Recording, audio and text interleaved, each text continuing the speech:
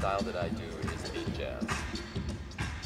Did something like it in the 90s with keyboards, and then when laptops came along, I completely shifted to laptops.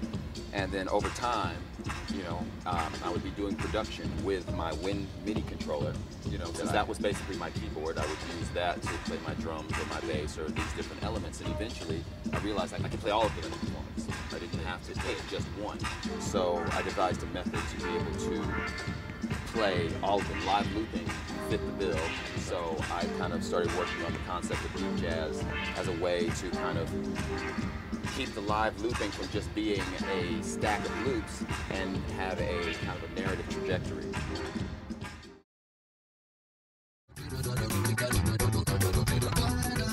It's basically a three-way wireless network. The center patch is where the wireless transmitter is for the mouthpiece. This is the mouthpiece that I designed. And that's a microphone that pretty much strapped to.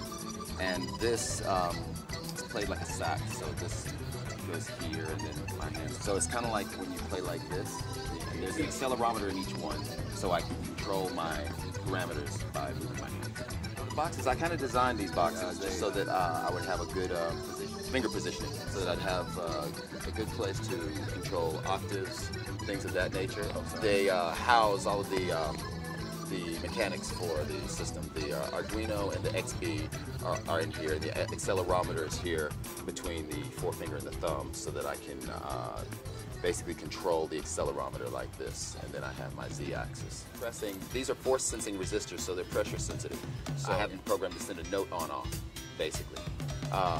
Or a combination of them send note on-offs, like a sax, a Boehm fingering method. When I press each one a little bit harder, color of the lights change, which indicates the different instrument type, like bass or leads or drums, that kind of thing.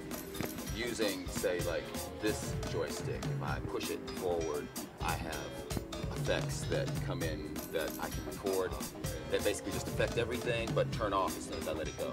This mouthpiece is basically just connected to a pressure sensor, and that allows me to basically instantiate the pressure at which the note is triggered, as well as a control variable to control things like filters or whatever.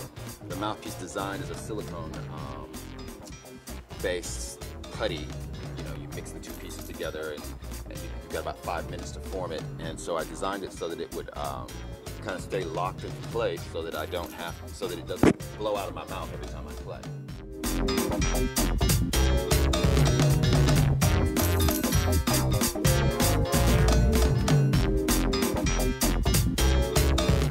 Less of a thing of dancing as a performance method, and more of a abstracting motion type of a thing. It's not a thing of trying to entertain people with like choreography or any of that stuff. It's just that once you have that freedom, there are certain natural things that just tend to kind of come out that is relative to dance, and so using dance motions actually.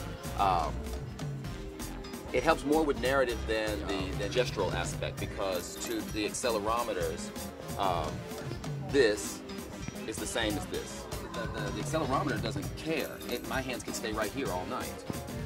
Most of the time when I play, this hand is usually right here, and it's doing this because my volume is there. So I'm controlling the volume of what I'm recording by doing this.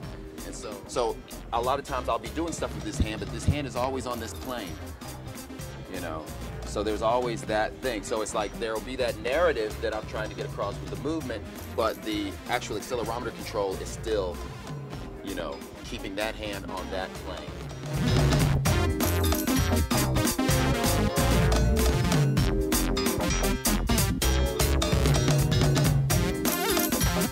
When I say improvisation, I mean actually, you know, practicing a lot, so that you can, so when you hear in your head a certain theme that's based on the room that you're in, that's based on the people you're playing to, that's based on these things, you can play it.